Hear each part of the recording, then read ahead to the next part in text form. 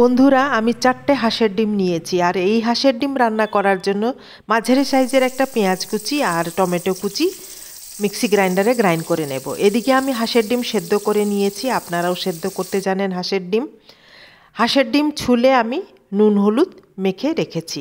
এবারে এই ডিমগুলোকে আমি ভেজে নেব। কড়াই গরম হয়ে গেছে, ডিমগুলো দিয়ে দেব।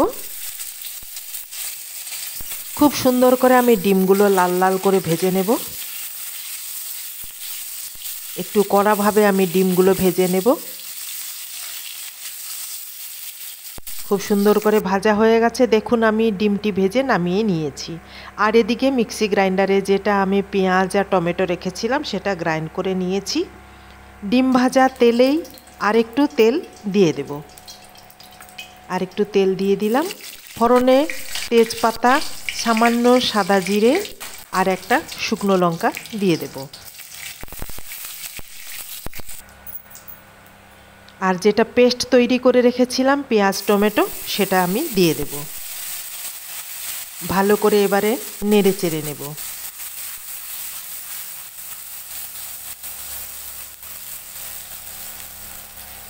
ভালো করে ভেজে নিচ্ছি মশলা। আর 1 চা চামচ আদা রসুন বাটা দিয়ে দেব। আবারও ভালো করে নেড়ে চেড়ে নেব যাতে আদা রসুনের কাঁচা গন্ধ চলে যায়।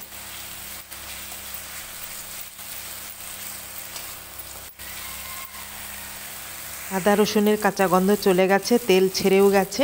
আর এদিকে আমি সব 8 চা চামচ করে মশলা দিয়ে দেব।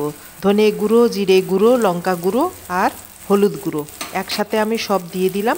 এবারে ভালো করে নেড়ে চেড়ে নেব যাতে মশলা পুড়ে না যায়। ভালো করে নেড়ে চেড়ে নিয়েছি। এবারে মশলা যাতে পুড়ে না যায় সেই জন্য সামান্য জল দিয়ে দিলাম।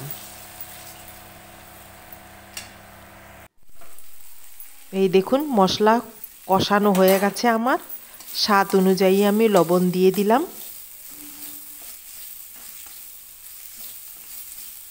যেহেতু ডিমের কষা হবে তাই সামান্য জল দিয়ে দিলাম। ভালো করে মিশিয়ে নেব।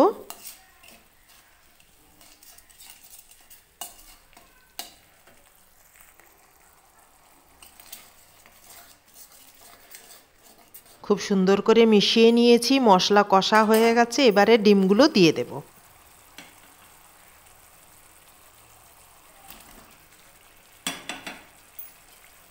ভালো করে নেড়ে চেড়ে নেব। ডিমের ভেতরে যাতে মশলাগুলো যায়, একটু চিড়ে চিড়ে দেওয়া আছে, সেখানে 1 মিনিটের জন্য আমি ঢেকে দেব। 1 মিনিট হয়ে গেছে, আমার হাঁসের ডিমের কষা রান্না রেডি হয়ে গেছে। এই দেখুন খুব সুন্দর। আমার এই মুহূর্তে গরম মশলা নেই, আমি গরম মশলা দেই নাই, আপনারা চাইলে গরম মশলা দিয়ে দেবেন। নামিয়ে নিয়েছি। রেসিপিটি ভালো লাগলে লাইক, কমেন্ট, শেয়ার, সাবস্ক্রাইব করে দেবেন।